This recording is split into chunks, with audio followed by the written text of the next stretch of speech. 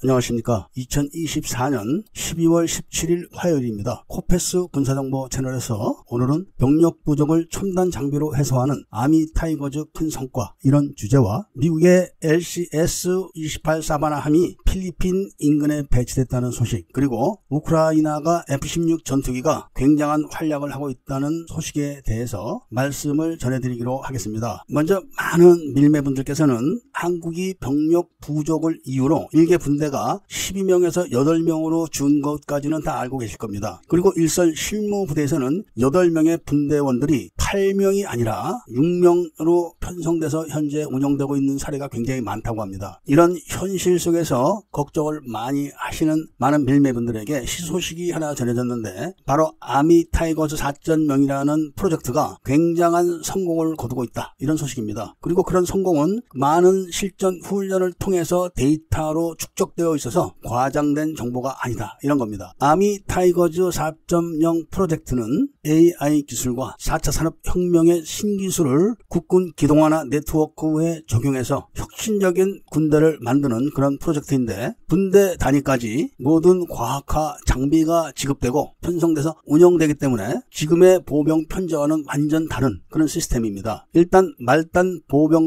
병사들에게까지 워리어 플랫폼이라는 장비들이 다 지급돼서 실시간으로 각계 병사들이 네트워크화가 되어 있고, 3보 이상은 차량화 장갑차에 분승해서 신속한 기동이 가능한 데다가 무인 수색 차량, 무인 전투 차량에 의해서 사전에 적을 발견해가지고 뛰어난 전과를 올릴 수 있다, 이런 게 골자인데, 그동안 대대급에서 4차례, 여단급에서 1차례 등 총 5차례의 전투 훈련을 실시했고, 각종 전산 장치에 의해서 기록된 데이터는 일반 보병 대대보다도 기동 속도와 적표적별, 1대1 전투 승률, 생존성, 이런 모든 면에서 비교가 안 될 정도로 크게 앞선 것으로 결과치가 나왔다고 합니다. 일반 보병 대대의 기동 속도가 0.5km인 반면에 아미 타이거즈는 11.9, 즉 12km나 되기 때문에 24배의 기동력 차이를 보였고, 정찰 드론을 이용한 적 식별에 있어서도 일반 보병 대대는 11건에 불과했지만 아미 타이거즈는 47건이나 적을 식별했다고 합니다. 그리고 화력을 지원 유도하는 시스템에서도 일반 보병 대대의 2배가 넘는 효율을 보이고 있었기 때문에 부대급 차원에서도 큰 차이를 보였지만, 일개 보병 대대들의 각계 병사들의 전투 능력도 워리어 플랫폼을 착용한 아미 타이거즈 병사들이 3배 이상의 전투 능력을 보였다는 겁니다. 워리어 플랫폼이라는 것은 33종의 전투 피복 장비인데, 이를 착용한 각계 병사들의 생존율은 98.7%까지 상승되어 있다는 것이 데이터로 축적되어 있었다고 합니다. 물론 이런 데이터는 적의 드론 공격에 대해서 방어를 하는 그런 데이터는 없는 것으로 보여지고 있고, 현재 여단급 부대의 성과를 근거로 해서 사단급으로 승격시키고는 있으나 전 사단에 이런 보급이 될 때까지는 얼마나 큰 시간이 소요될지는 아무도 모릅니다. 따라서 어떤 구독자님께서 제안한 대로 여군들도 징집을 하고 아이를 낳은